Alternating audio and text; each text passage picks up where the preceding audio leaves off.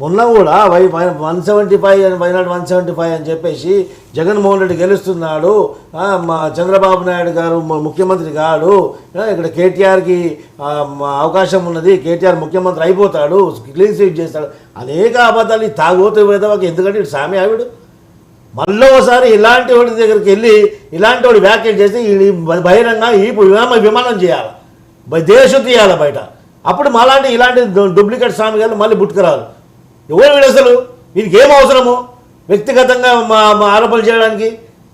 వీడు దుకాణం నడవడానికి అమాయకుల ప్రజలు. ఎందుకంటే నేను క్లినికల్ సైకాలజిస్ట్ కూడా, ఒక ఫిజిషియన్ క్లినికల్ సైకాలజిస్ట్ ఆల్సో. సైకలాజికల్గా ఇబ్బందులు ఎదుర్కొన్నటువంటి వ్యక్తి ఒక ఉపశమనం గురించి అరే పలానా వ్యక్తి ఏమైనా రెమెడీ చెప్తాడేమో అని చెప్పేసి ఒక ఆశతో వెళ్తుంటారు. అలాంటి వాళ్ళని క్యాచ్ చేయడానికి ఇలాంటి దుర్మార్గులు సమాజంలో పుట్టుకొస్తారు, పుట్టగొడుగులాగా.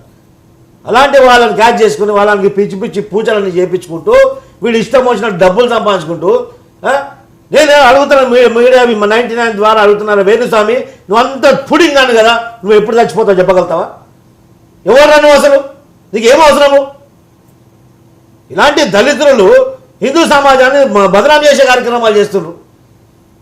వేణుస్వామి మళ్ళొకసారి చరిత్రలో, మళ్ళొకసారి భవిష్యత్తులో ఎవరు వ్యక్తిగత జీవితాలు అడుగు పెట్టావో నేను మొత్తం బహిరంగంగా దేవశుద్ధి చేస్తాం. జాగ్రత్త.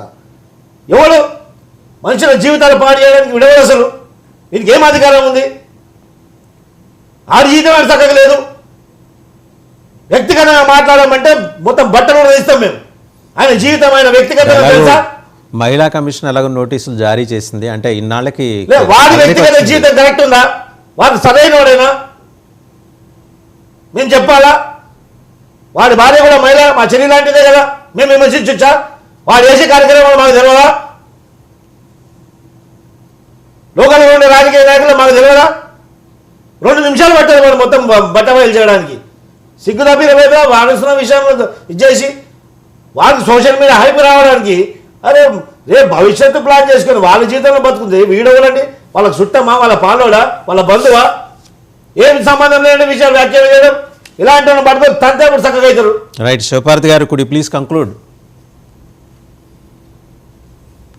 రావు గారు, నేను ఒక విజ్ఞప్తి ఏంటంటే వేణుస్వామి గారి గురించి మాట్లాడండి కానీ వాళ్ళ ఆవిడ గురించి మాట్లాడకండి దయచేసి. నేనేమన్నామా, వాళ్ళ ఆవిడ కూడా మా చెల్లి లాంటిదని చెప్పాను తల్లి, అది గుర్తుపెట్టుకోండి, మీరు కరెక్ట్గా వినండి.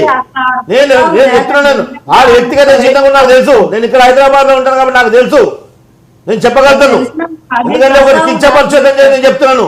ఆడేవాడు చక్కగా లేదు, మంది జాతకాలు ఏం చెప్తాడు వీడు? రైట్.